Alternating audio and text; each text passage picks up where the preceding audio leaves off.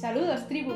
Después de tanto tiempo, volvemos con un episodio de Érase una vez en los 50, a comentar otro maravilloso capítulo de este libro, esta vez, la Edad Media.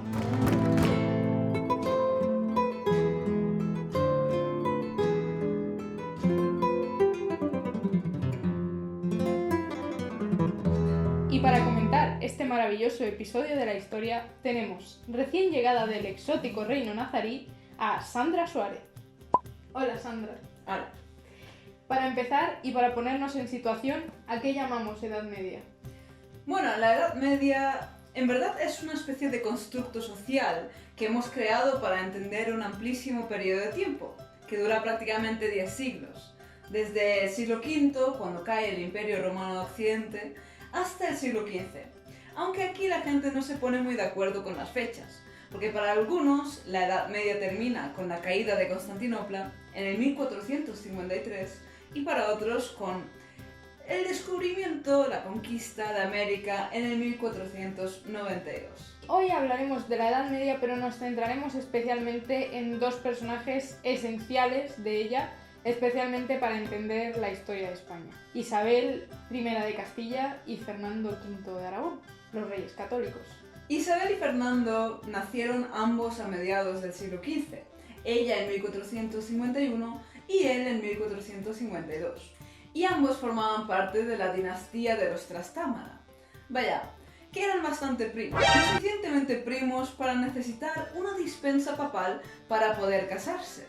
Cosa que hicieron a escondidas. Y lo cierto es que se han convertido en personajes un poco polémicos. Más que polémicos, yo creo que son tan relevantes para la historia de España. Hay opiniones muy diversas, sobre todo en vinculación a algunos de sus grandes actos políticos, como puede ser, por ejemplo, la conquista, descubrimiento de América, la expulsión de los judíos, la reconquista de España. Claro, que termina realmente con la toma del reino de Granada, el reino nazarí. Entonces, en verdad, son personajes de los que se puede hablar mucho y de manera muy distinta, según a quién le preguntéis. Pero nosotros hoy estamos aquí para ver qué dice de ellos este libro. Así que empezamos. Su reinado fue largo y glorioso, y durante él tuvieron lugar importantes hechos históricos que pasamos a reseñar. El primero de todos fue la conquista de Granada, cuyo rey era Boabdil. A mí me apasiona que ya en este primer párrafo se califique a la actuación política, a su reinado, como algo glorioso, porque esto ya es un posicionamiento clarísimo de cómo de relevante es en esta educación franquista el papel de los reyes católicos, cómo se exalta su reinado de manera clave. Una serie de campañas llevaron a los reyes católicos a las proximidades de Granada, donde fundaron la ciudad de Santa Fe, para que sirviera de cuartel general. Bueno, aquí hay que comentar bastantes cuestiones. Por un lado, lo que estaban haciendo los reyes católicos en este punto no es una iniciativa nueva. El hecho de conquistar, asaltar las cercanías de Granada se llevaba produciendo durante ya varios siglos con diferentes monarcas castellanos, porque los castellanos tienen unas relaciones muy particulares con el reino nazarí. En cuanto a Santa Fe, realmente es cierto que ellos fundan la ciudad sobre una especie de campamento militar, aunque hay que decir que esto no fue el primer lugar donde se establecieron. Antes Fernando probó con ponerse en otros lugares de la Vega de Granada, este área periurbana que rodea la ciudad aún hoy en día, pero al final se asentaron en esta ciudad de Santa Fe que es tan simbólica, ¿no? Por su nombre también. Y por todos los acontecimientos que tuvieron lugar allí. Desde luego. Sitiada Granada, Boabdil no pudo mantenerse en ella y un día firmó la paz y entregó a los reyes las llaves de la ciudad. El día 2 de enero de 1492, el cardenal Mendoza clavaba la cruz de Cristo en la torre más alta de la Alhambra.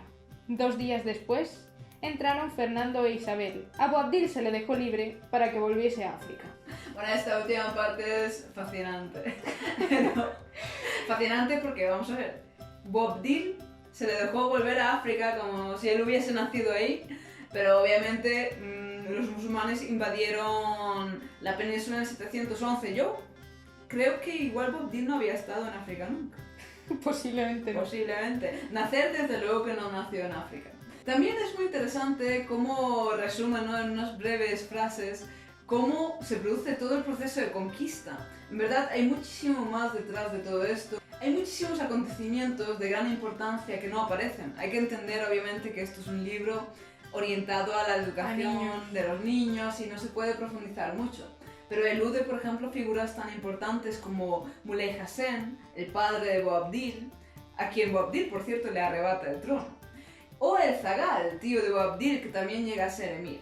Y que estos tres elementos tienen unas relaciones también muy complejas a su vez con los reyes de Castilla. Ahora entramos en un mítico episodio ligado a la conquista de Granada, que habréis escuchado todos, y es ¿qué hizo Boabdil cuando se tuvo que marchar de aquí? Al marcharse a caballo y llegar al alto de Padul, volvió los ojos a la ciudad que había perdido, se echó a llorar y lanzó un suspiro. Su madre, Aisha, que le vio, le dijo: llora como mujer lo que no has sabido defender como un hombre. ¡Mito! Bueno, esto probablemente sea una leyenda, temprana probablemente en el tiempo, pero yo dudo mucho que esto ocurriera en ningún punto.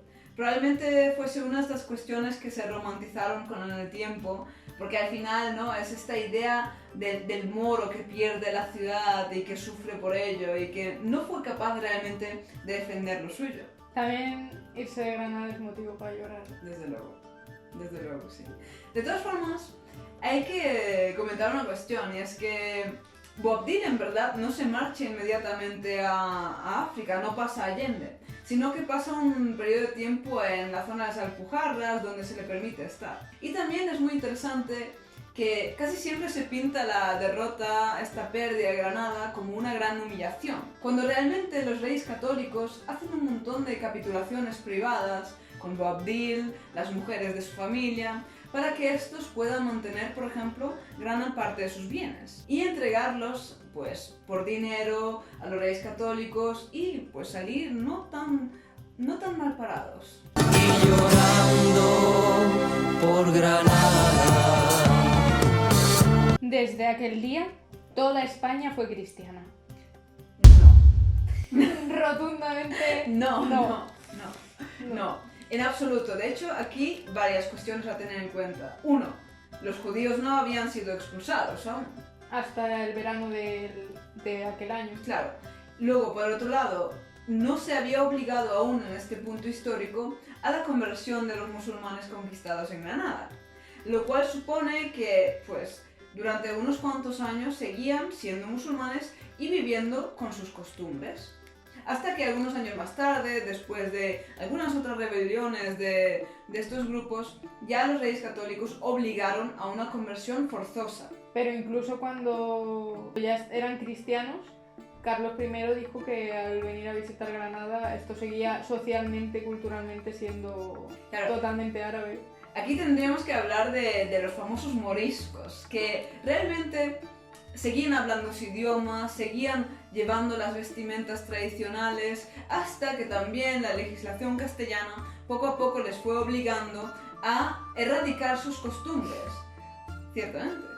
Porque aquello debía ser muy llamativo también, para todo aquel que llegase a Granada, una ciudad ya supuestamente cristianizada, y viese pues este panorama. Debía impresionar. Debía ser muy impresionante. De hecho, hay muchos fragmentos del siglo XVI, por ejemplo, que hablan pues de viajeros que llegan a Granada y ellos hacen relatos y hablan de algo exótico, algo magnífico, algo distinto que no se veía en otras zonas de Europa. Por no hablar que la Inquisición se pasó muchos siglos posteriores a 1492 persiguiendo a los conversos judíos, o sea que seguían practicando su religión. Por lo tanto, es imposible que a partir de 1492 España fuera cristiana. Claro, quizás el libro lo que intenta es de alguna manera mostrar que existe una unidad apoyada por el Estado basada en el cristianismo y que ya no existe un reino musulmán per se. Esto sí tendría sentido porque realmente el reino nazarí se integra pues dentro de la corona de Castilla. Y llegamos a una parte que personalmente a las dos nos apasiona mucho: los judíos. Otro episodio fue la expulsión de los judíos, propuesta a los reyes católicos por el gran inquisidor Torquemada. Se viene lo bueno. Los judíos eran enemigos de nuestra religión y no hubiera tenido importancia la unidad religiosa que lograron los reyes católicos si se hubiera dejado que millares de judíos conspirasen en sus barrios, llamados juderías. Hubo que expulsarlos, pues, aunque se les permitió que se llevasen todo lo que poseían y que pudiera ser transportado. A ver, obviamente esto es una exculpación. Esto es, los judíos Eran malos. tuvieron que expulsarse. Había que expulsarlos. Era necesario. Porque son enemigos de la fe. Y esto es un lenguaje propio del antijudaísmo medieval, que parte de la idea de que los judíos son malos porque son los deicidas. O sea, los asesinos de Jesús. Por lo tanto, hay una noción general de que son, pues, enemigos de esta fe. En cuanto a los bienes, realmente tuvieron bastantes limitaciones, se hicieron registros, se pagaron también tasas y el viaje fue todo menos sencillo. No podían sacar de esta tierra ni metales, ni dinero, ni piedras preciosas, y tuvieron que canjear casi todos sus bienes por metros de seda, que era una de las pocas mercancías valiosas que podían llevar consigo. Pero imaginaos cómo tuvieron que mal vender casas, animales, tierras y todo en un plazo de 3 meses antes de dejar la península. Muchas familias debieron enfrentarse a un dilema muy duro, que era convertirse al cristianismo y quedarse en la península, o decidir abandonar su tierra, abandonar sus hogares, marchar hacia otras tierras que pudieron ser muy diversas también. Sobre todo el norte de África fue un destino muy popular, muchos otros se marcharon hacia las fronteras portuguesas, que en este punto aún no habían decretado la expulsión. Pero no tardarían mucho en hacerlo. En absoluto. Y de hecho en Portugal sufrieron graves ataques por parte de algunos grupos, pues bandidos, todo tipo de asaltos, violencias. La verdad es que no tuvo que ser bonito. Y cabe recalcar que, aunque mucha gente no lo sabe, son posiblemente el pueblo que más ha ocupado la península, porque llegaron los primeros ya con los romanos en su momento, casi todos al servicio de estos o incluso como esclavos, y permanecieron continuadamente en la península oficialmente hasta 1492, aunque luego más tiempo extraoficialmente. Sí, realmente el pueblo judío vivió muchísimos siglos en la península ibérica. Y llegamos a otro de los grandes hitos en la vida de los reyes católicos, que a mí también me enfurece casi tanto como la expulsión de los judíos. Hecho trascendental del reinado de los reyes católicos fue el descubrimiento de América, llevado a cabo por Cristóbal Colón, con la ayuda de marineros españoles. Colón era genovés, eso no lo sabe nadie. No, aquí hay mucha controversia y mucha gente que se enfada con esta cuestión. Yo he visto italianos enfadarse mucho cuando les dije que quizás no era genovés. Alguna gente dice que era español, otra gente dice que es portugués, igual es gallego, no lo sé, podría ser. Los corsos dicen que es corso también. Claro, aquí hay mucha controversia. Un fraile de la Rábida, confesor de la reina católica, le oyó a Colón y buscó el modo de que doña Isabel le recibiera. Cuando la reina se enteró del proyecto, considerando que en aquellas lejanas tierras habría muchos infieles a quien convertir, lo aprobó y le facilitó medios para realizarlo. Bueno, primero, realmente Colón intentó hablar antes con otros monarcas. Se dio un buen paseo. Con Portugal, por ejemplo, pero fracasó en su intento. De todas formas, es interesante que realmente Colón no iba buscando América ninguna, eso no existía la noción de América. Él iba buscando las Indias y por eso durante tantísimo tiempo aquella región del mundo pues se ha llamado Indias. De ahí también cuestiones como los indios americanos. Además, no creo que el objetivo principal de Isabel fuera allí debe haber infieles que cristianizar. Creo que los intereses serían más económicos. Sí, hombre, algunos autores hablan de establecer rutas comerciales, por ejemplo, que era lo lógico al final con ir a las Indias, que el viaje era muy costoso en aquella época, muy complejo, y establecer rutas comerciales podía ser bastante bueno para la economía castellana. Y con esto hemos llegado al final. ¿Hay algo que más que quieres comentar, Sandra? Bueno, yo creo que es importante saber que al final estas obras sirven a un fin educativo y que están inmersas en su propio contexto histórico, que es el del franquismo, y que obviamente muchas cosas están muy simplificadas y es normal. De hecho, aunque abriésemos ahora mismo un libro de colegio de todos los niños que conozcáis, pues sería un poco lo mismo, todo demasiado simple. Pero bueno, para eso estamos también nosotros los historiadores.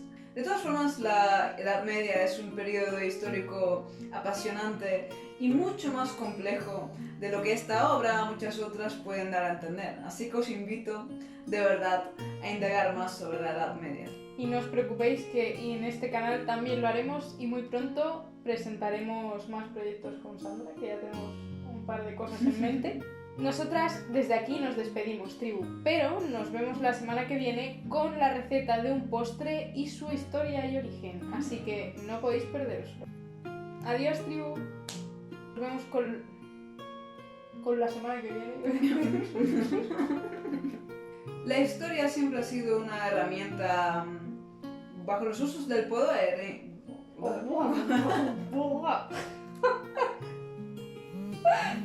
¿Qué ha pasado?